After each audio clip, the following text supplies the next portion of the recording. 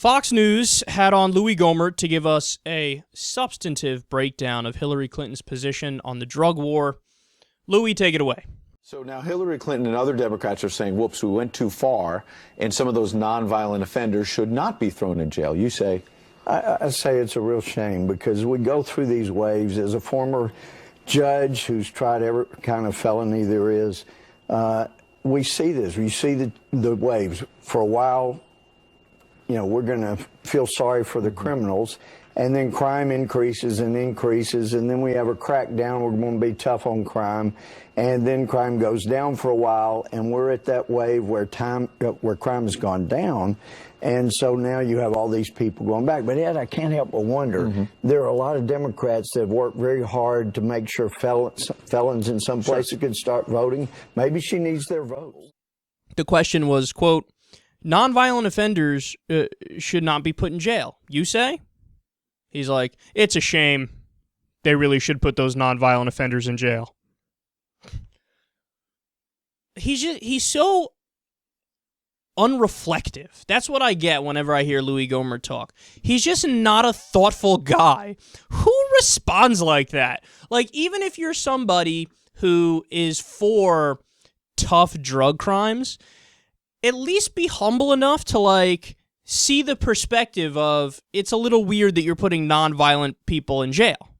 But there's no consideration of the opposing point of view. There's no understanding where they come from. It's a shame, lock up the nonviolent people. You don't think that your position requires, like, a substantive argument to back it up? Like, the burden is on you to show why we should lock away people who are nonviolent. And at least be humble and provide some sort of decent argument. But he doesn't. He's like, it's a shame, lock up the nonviolent people. And then he goes on to talk about, what happens is you got the crime will come in waves, and then you lock up the nonviolent people, and then the crime goes down, and then you let them go, and then the crime goes up. What the fuck are you talking about? You know what he's trying to do, right? He's trying to paint it so that, well, you gotta lock up the nonviolent people because then people stop doing the other crimes too. But that's not true because nonviolent people are by definition nonviolent. So if you release them, they're nonviolent. It's not like they're, all of a sudden you release somebody who was caught with a joint, and next thing you know, they're murdering their grandma. That's not how it works.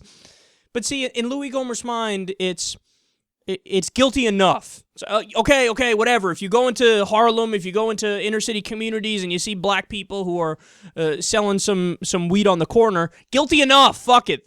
Throw them in jail, lock them up, throw away the key, forget about them, don't think about it. They should be in jail because we're used to it, right? The system's been working like this. I want it to continue to work like this. And, if we reverse the drug laws, maybe other crimes will go up. But Louie, that's not true because we know that, in fact, the dynamic is the opposite.